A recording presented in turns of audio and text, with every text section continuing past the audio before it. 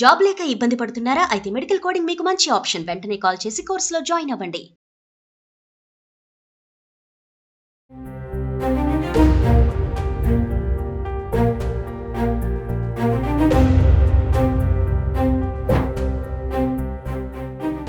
Monsoon season.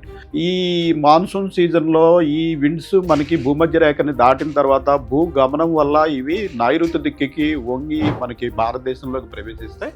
అందుకని వీటిని నైరుతి ఋతుపవనాలు అంటాం. నమస్తే, welcome back to Suman TV. భూమిపైన అత్యంత శక్తివంతమైన ఎల్నినో ఏర్పడవచ్చని సైంటిస్టులు చెప్తున్నారు. మరి ఈ ఎల్నినో సూపర్ ఎల్నినోగా కూడా మారే ఛాన్సెస్ కూడా ఉన్నాయంటే దీని ప్రభావం వాతావరణ పరిస్థితులపైన కూడా చాలానే ఉంటుందని చెప్తున్నారు. కొన్ని వార్తల్లో మనం చూస్తున్నాము. మరి నేను ప్రెసెంట్ అయితే హైదరాబాద్ వాతావరణ శాఖ అధికారి శ్రీనివాసరావు గారి దగ్గర అయితే ఉన్నాను. అసలు ఈ ఎల్నినో ఏంటి, దీన్ని మారితే కనుక దీని ప్రభావం ఎలా ఉంటుంది, వీటన్నిటిపైన కూడా మనం మాట్లాడదాం. నమస్తే సార్. సార్, మరి ఎల్నినో అంటున్నారు, అసలు మరి ఇది కనుక ఏర్పడితే మరి వాతావరణం పైన మరి వచ్చేది వర్షాకాలం కాబట్టి ఎలాంటి పరిస్థితులు ఉంటాయి ఏంటి? ఒకసారి ఎల్నినో అంటే ఏంటి, దీని సూపర్ ఎల్నినో కూడా మారుతుందని చెప్తున్నారు కదా, ఒకసారి ఎక్స్ప్లెయిన్ చేయండి సార్. మనకి ఇండియన్ సమ్మర్ మాన్సూన్ అంటే మనకి సమ్మర్‌లో ఈ మార్చ్, ఏప్రిల్, మే నెలల్లో వచ్చిన ఇంటెన్స్ హీటింగ్ వల్ల మనకి నార్త్ ఇండియా అలాగే దాని పరిసర ప్రాంతాలు పాకిస్తాన్, ఆఫ్ఘనిస్తాన్ ఈ ప్రాంతం అంతా బాగా వేడిమి వల్ల ఇంటెన్స్ హీట్‌లో అనేది ఏర్పడుతుంది. ఈ ఏరియాలో ఇంటెన్స్ హీట్లో ఏర్పడుతుంది. అదే సమయంలో మనకి సదరన్ హెమిస్ఫియర్లో వింటర్ హెమిస్ఫియర్ అంటే అక్కడ శీతాకాలం. ఈ శీతాకాలంలో అయినందువల్ల సదరన్ హెమిస్ఫియర్లో మనకి భూమధ్య రేఖకి దిగువన మడగాస్కర్ ఐలాండ్ సమీపంలో మనకి ఇంటెన్స్ హై ప్రెషర్ ఉంటుంది. ఆ హై ప్రెషర్ నుంచి మనకి విండ్స్ భూమధ్య రేఖని దాటుకుని ఈ లో ప్రెషర్ వైపు ప్రయాణించడం ప్రారంభిస్తాయి. జూన్ నెల నుంచి జూన్, జూలై, ఆగస్టు, సెప్టెంబర్ నెలలో మనకి మాన్సూన్ సీజన్. ఈ మాన్సూన్ సీజన్లో ఈ విండ్స్ మనకి భూమధ్య రేఖని దాటిన తర్వాత భూగమనం వల్ల ఇవి నైరుతి దిక్కుకి వంగి మనకి భారతదేశంలోకి ప్రవేశిస్తాయి.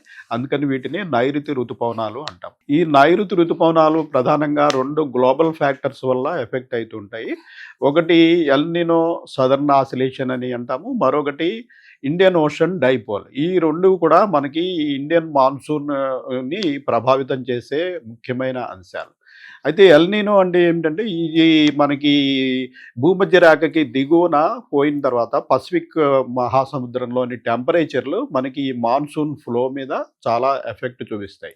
భూమధ్య రేఖకి దిగువన 5 degrees సౌత్, 5 degrees నార్త్ మధ్యలో ఉన్న పసిఫిక్ జలాల యొక్క టెంపరేచరు ఈవెన్ 0.5 దాటి పెరిగినా సరే, 0.5 degrees దాటి పెరిగినా సరే అది ఎల్నినో కండిషన్ కింద భావిస్తుంది. దీనివల్ల ఏమవుతుందంటే మనకి ఇండియన్ మాన్సూన్ ఈ సౌత్ వెస్టర్లీ మాన్సూన్ విండ్ ఫ్లోలో తేడాలు రావడము, అలాగే మాన్సూన్స్ డిలే కావడము, ఎర్రేటిక్ రెయిన్ఫాల్ ఉండడము, ఇట్లాంటి పరిణామాలు సంభవిస్తాయి.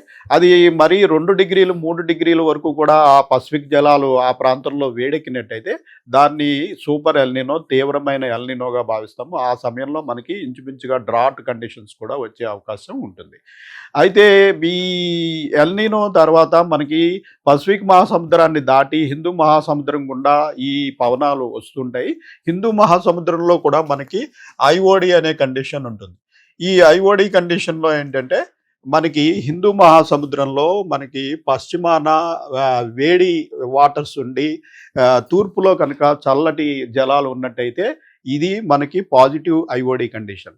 అట్లా కాకుండా మనకి పశ్చిమ తీరంలో చల్లటి జలాలుండి తూర్పు తీరంలో కనుక వేడి జలాలు ఉన్నట్టయితే ఇది నెగిటివ్ ఐఓడి కండిషన్.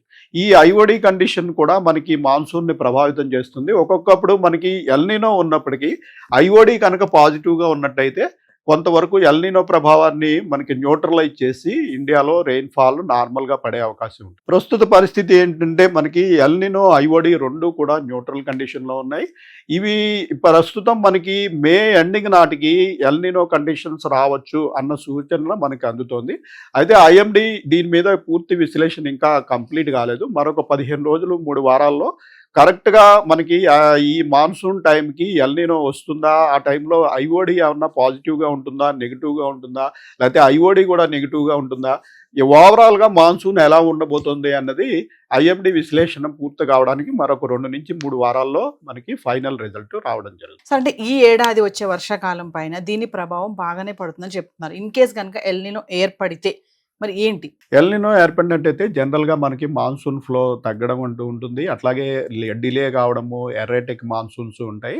అయితే ఈ ఎల్నినో తర్వాత మరొక ఫ్యాక్టర్ మనం చెప్పుకున్నాం కదా, ఐఓడి ఇండియన్ ఓషన్ డైపోల్. ఒకవేళ ఇండియన్ ఓషన్ డైపోల్ కనుక పాజిటివ్గా ఉన్నట్టయితే కొంతవరకు ఎల్నినో ప్రభావాన్ని న్యూట్రలైజ్ చేస్తుంది. అయితే ప్రస్తుతం రెండు న్యూట్రల్ కండిషన్లో ఉన్నాయి కాబట్టి మనకి ఒక 2-3 వారాల్లో కరెక్ట్గా ఒకవేళ ఎల్నినో వచ్చినా ఐఓడి ఏమన్నా ఆదుకుంటుందా లేదా అన్న సంగతి మనకి ఇంకొక 2-3 వారాల్లో మనకి ఫైనల్ నివేదిక రావడం జరుగుతుంది. సో ఏది ఏమైనా వ్యూవర్స్, ఒకవేళ గనక ఎల్నినో గనక ఏర్పడితే మరి ఈ ఏడాది వర్షాకాలం పైన చాలా ప్రభావం పడుతుంది అనేది చెప్తున్నారు. Thank you sir. So viewers, మరి ఏది ఏమైనా మే నెల రాకముందే ఎండలు విపరీతంగా ఉన్నాయి. మరి హైదరాబాద్ వాసులను అయితే మండిస్తున్నాయని చెప్పుకోవాలి. మరి వాతావరణ శాఖ అధికారులు చెప్పినట్టుగా మధ్యాహ్నం 12 గంటల నుంచి 3 గంటల మధ్యలో మాత్రం నేరుగా ఎండ వైపు మాత్రం రాకండి. కొంచెం నీడ పట్టున ఉండాలి, అంటే బయటకు వెళ్ళాలి. అత్యవసర పరిస్థితిలో మరి ఉద్యోగాల రీత్యా బయటకు వెళ్లే వాళ్ళు కూడా కాసేపు నీడ పట్టుకొచ్చి మళ్ళీ వెళ్ళండి అని కూడా చెప్తున్నారు. ఇంకా తగినంత నీరు తీసుకోవాలని చెప్తున్నారు.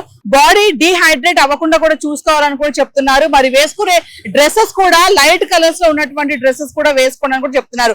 మే నెలలో ఇంకా ఎండలు ఎలా ఉంటాయో మనం వేచి చూడాల్సిన పరిస్థితి కనిపిస్తుంది. మరి ఇప్పుడైతే 40 డిగ్రీల వరకు ఉష్ణోగ్రత కనబడుతుంది. ఇక మరి ఏది ఏమైనా హైదరాబాద్ వాసులు, మరి ఉద్యోగాలు చేసే వాళ్ళు, 2 వీలర్స్ పైన వెళ్లే వాళ్ళు, కార్లో వెళ్లే వాళ్ళ సంగతి పక్కన పెడితే 2 వీలర్ పైన వెళ్లే వాళ్ళు చాలా జాగ్రత్తలు తీసుకోవాలి. ఎప్పుడు కూడా ఒక వాటర్ బాటిల్ కూడా మెయింటైన్ చేయండి. బాడీ డీహైడ్రేట్ అవ్వకుండా కోకోనట్ వాటర్ గానీ, జ్యూసెస్ గానీ, ఇంకా వాటర్ కూడా తీసుకోవడం మంచిదని చెప్పేసి కూడా సలహాలు ఇవ్వడం జరుగుతుంది. కెమెరామ్యాన్ ప్రేమ సాగర్ తో నవీన, సుమన్ టీవీ.